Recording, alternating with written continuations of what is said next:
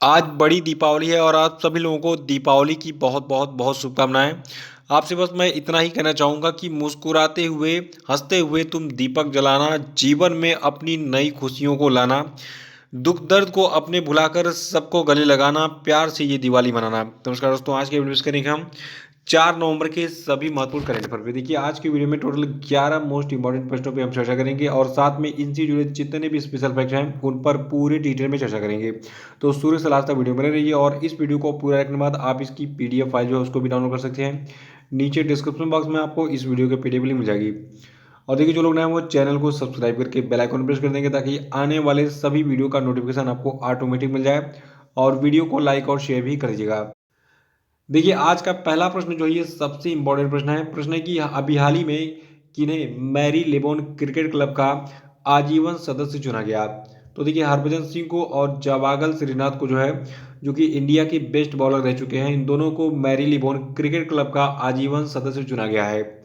देखिए अभी हाल ही में जो आपका मैरी लिबोन क्रिकेट क्लब है इसने जो है 18 क्रिकेटरों की सूची जारी की है और ये सूची आपके सामने यहाँ पे दिख रही है, ठीक है। तो अभी मैं नाम भी बताऊंगा। तो देखिए जो 18 क्रिकेटरों की सूची है जिनको इस साल मैरी लिबोन क्रिकेट क्लब की मानद आजीवन सदस्यता के लिए चुना गया है।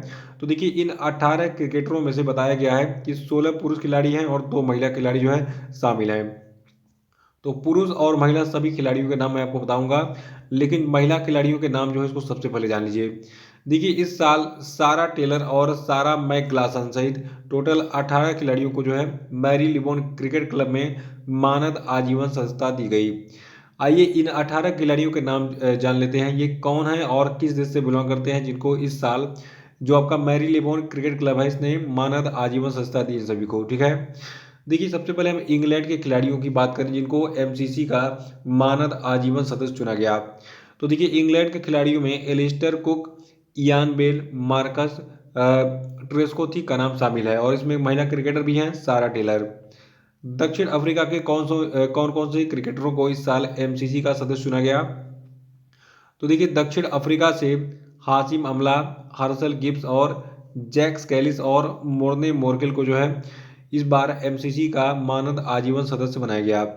और देखिए वेस्ट इंडीज के जो क्रिकेटर हैं इयान बिशप, शिव नारायण चंद्रपाल और राम नरेश सरवन, इन सभी को जो है एमसीसी का मानद आजीवन सदस्य चुना गया है। और ऑस्ट्रेलिया के खिलाड़ी एलेक्स ब्लैकवेल और डोमियन मार्टिन, इनको भी मेंबरशिप दी गई। साथ में भारत के हरभजन सिंह को और जवागल श्रीनाथ को मेंबरशिप दी गई। श्रीलंका की रंगना हेरात को दी गई। न्यूजीलैंड के सारा मैकग्लासन जो कि महिला क्रिकेटर हैं इनको दी गई और जिम्बाब्वे के ग्रैंट फ्लावर को जो है इस साल एमसीसी पुरस्कार मानद आजीवन सदस्यता में जो है शामिल किया गया। तो इसको याद रखिएगा, इस पेज का स्क्रीनशॉट ले लीजिए और इसको आप नोट कर लीजिएगा कि कौन किस देश का खिलाड़ी है जिन सभी को जो आपका मैरी लिबोन क्रिकेट क्लब है इसका मानद आजीवन सदस्य बनाया गया, ठीक है। तो 18 क्रिकेटरों का नाम याद रखिएगा, खास तौर से जो भारत के हैं इनका नाम याद रखेंगे तो अच्छा रहेगा, ठीक है। देखिए जो आपका मैरी लिबोन क्रिकेट क्लब है इसके बारे में दो चीज़ें पूछी गई हैं कि इसका हेडक्वार्टर कहाँ पे है और इसको स्थापित कब किया गया था। तो मैरी लिबोन क्रिकेट क्लब जो है, देखिए इसका जो लोकेशन है हेडक्वार्टर का ये आपका है यूनाइटेड किंगडम के लंदन में लॉर्ड्स के मैदान में।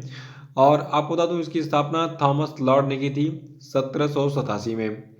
और दूसरा प्रश्न कि एडल ग्यू हुरुन इंडिया परोपकार सूची 2021 के अनुसार भारत की सबसे बड़ी दानदाता कौन है। तो देखिए जो एडल ग्यू हुरुन इंडिया परोपकार सूची 2021 है इसके अनुसार भारत के सबसे बड़े दानदाता हैं अजीम प्रेमजी। देखिए आपको बता दूं भारत के जो 4 सबसे बड़ी दानदाता हैं इन्होंने कितना दान किया 2021 में और इनके नाम क्या क्या हैं। देखिए अगर भारत के सबसे बड़े दानदाताओं की बात करें तो इसमें पहले स्थान पर अजीम प्रेमजी हैं, दूसरे स्थान पर शिवनादर हैं, तीसरे स्थान पर मुकेश अंबानी हैं और चौथे स्थान पर कुमार मंगलम बिरला हैं। देखिए जो आपके अजीम प्रेम जी हैं इन्होंने 2021 में कुल 9,713 करोड़ रुपए दान किया। शिवनादर ने कुल 1,263 करोड़ रुपए दान किया था। मुकेश अंबानी ने केवल और केवल 577 करोड़ ही दान किया था। और जो कुमार मंगलम बिरला है इन्होंने 377 करोड़ रुपए दान किया था 2021 में। तो इस पेज का स्क्रीनशॉट लीजिए और उसको आराम से नोट कर लीजिएगा कौन कौन से व्यक्ति जो है कितना दान किए थे 2021 में, ठीक है। तो याद रखना है यहाँ पे देखिए जो सबसे टॉप पे नाम है वही एग्जाम में पूछा जाएगा कि भारत के सबसे बड़े दानदाता कौन है। एडल की होरून इंडिया परोपकार सूची 2021 के अनुसार। तो इनका नाम है अजीम प्रेम जी। इन्होंने 9,713 करोड़ रुपए दान किया था। अगला प्रश्न है कि हाल ही में छत्तीसगढ़ में किस स्थान पर वार्षिक द्वितीय राष्ट्रीय जनजातीय नृत्य महोत्सव यानी कि नेशनल ट्राइबल डांस फेस्टिवल 2021 का आयोजन किया गया। तो देखिए जो आपका राष्ट्रीय जनजातीय नृत्य महोत्सव था ये छत्तीसगढ़ के रायपुर में आयोजित किया गया था और इसका मेन एग्जैक्ट लोकेशन रहा रायपुर का साइंस कॉलेज मैदान। ठीक है। और देखिए रायपुर के साइंस कॉलेज मैदान में इस राष्ट्रीय जनजातीय नृत्य का जो उद्घाटन है ये किया था झारखंड के मुख्यमंत्री हेमंत सोरेन ने और छत्तीसगढ़ के मुख्यमंत्री भूपेश बघेल ने मिलकर। देखिए इस साल का जो आयोजन है ये छत्तीसगढ़ के राज्योत्सव यानी कि राज्य स्थापना दिवस 1 नवंबर 2021 के साथ जोड़ा गया था और इस वर्ष राष्ट्रीय जनजातीय नृत्य महोत्सव में भारत के विभिन्न हिस्सों के विविध आदिवासी समुदायों के कई कलाकारों के साथ kingdom of Eswatini, Nigeria, Uzbekistan, Uganda, Sri Lanka, Mali, Syria और फिलिस्तीन जैसे देशों के कलाकारों ने भी भाग लिया था। तो इसको याद रखिएगा कि छत्तीसगढ़ के रायपुर के साइंस कॉलेज मैदान में जो है इस साल जो आपका द्वितीय राष्ट्रीय जनजातीय नृत्य महोत्सव है ये आयोजित किया गया था और इसका उद्घाटन किसने किया? झारखंड के मुख्यमंत्री हेमंत सोरेन ने और छत्तीसगढ़ के मुख्यमंत्री भूपेश बघेल ने मिलकर। और छत्तीसगढ़ की बात करें तो देखिए छत्तीसगढ़ जो है इसकी स्थापना 1 नवंबर सन 2000 की गई थी और यहाँ के गवर्नर वर्तमान में अनुसुईया उइके जी हैं और छत्तीसगढ़ के मुख्यमंत्री हैं भूपेश बघेल और छत्तीसगढ़ की जनसंख्या है 2.94 करोड़। और छत्तीसगढ़ की लोकेशन अगर आप देखना चाहते हैं तो मैं आपको दिखा देता हूँ। यहाँ पे देखिए इंडिया के मैप में छत्तीसगढ़ की लोकेशन आपको दिख रही है। मैप को अगर थोड़ा सा जूम करेंगे आप तो आपको छत्तीसगढ़ के बारे में और भी चीज़ें पता चलेंगी जैसे इसकी बाउंड्रीज। देखिए छत्तीसगढ़ जो है ये अपनी सीमाएं यूपी के साथ, झारखंड के साथ, उड़ीसा के साथ और तेलंगाना और आंध्र प्रदेश के साथ, महाराष्ट्र और मध्य प्रदेश के साथ बनाता है। ठीक है। तो इसको याद रखिएगा छत्तीसगढ़ की सीमाएं किन किन राज्यों से लगती हैं। चौथा प्रश्न की हाल ही में ऑस्ट्रेलिया के किस पूर्व ऑलराउंडर खिलाड़ी का निधन हो गया? तो देखिए ऑस्ट्रेलिया के एक पूर्व ऑलराउंडर खिलाड़ी थे एलन डेविडसन। ठीक है। इनका निधन हो गया है। ये 92 साल के थे। इन्होंने ऑस्ट्रेलिया के लिए कुल 44 टेस्ट मैच खेले थे। जो आपके डेविडसन हैं ये बाएं हाथ के तेज गेंदबाज थे और इन्होंने अपने बेहतरीन करियर में 186 टेस्ट विकेट भी हासिल किए थे। तो याद रखिएगा एलन डेविडसन ऑस्ट्रेलिया के पूर्व ऑलराउंडर खिलाड़ी थे। और ऑस्ट्रेलिया की बात करें तो देखिए ऑस्ट्रेलिया के वर्तमान में प्रधानमंत्री हैं स्कॉट मॉरिसन। ऑस्ट्रेलिया की कैपिटल कैनबरा है। ऑस्ट्रेलिया की पॉपुलेशन है 2.57 करोड़ और ऑस्ट्रेलिया की करेंसी है ऑस्ट्रेलियन डॉलर। पांचवा प्रश्न की हाल ही में पंजाब के पूर्व मुख्यमंत्री कैप्टन अमरिंदर सिंह ने कांग्रेस पार्टी से इस्तीफा देकर अपनी किस नई पार्टी का ऐलान कर दिया है?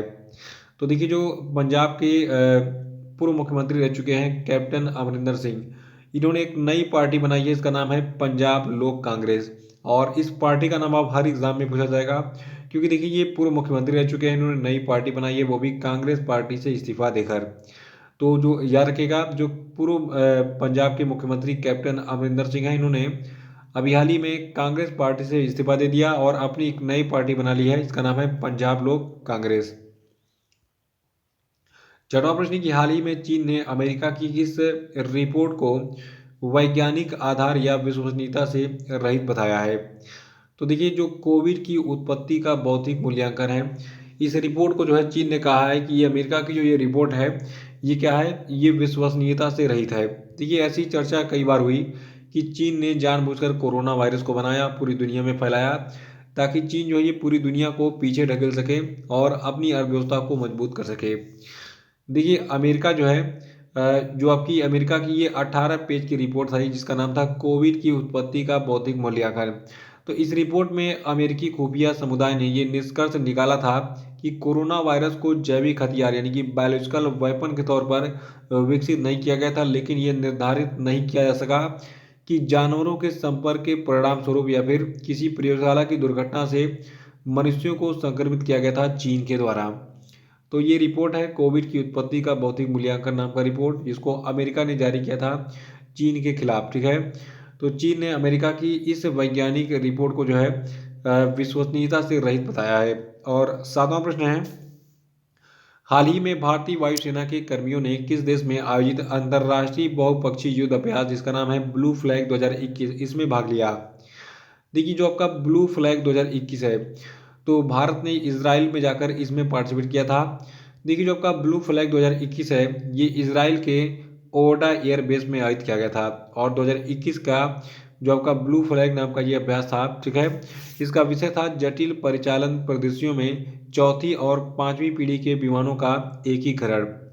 और जो आपका ये ब्लू फ्लैग 2021 नाम का जो बहुपक्षीय युद्धाभ्यास था, तो देखिए इस अभ्यास में कुल 84 भारतीय वायुसेना के कर्मियों ने भाग लिया था। साथ ही इंडियन एयरफोर्स के मिराज 2000 विमान स्क्वाड्रन ने भाग लिया था।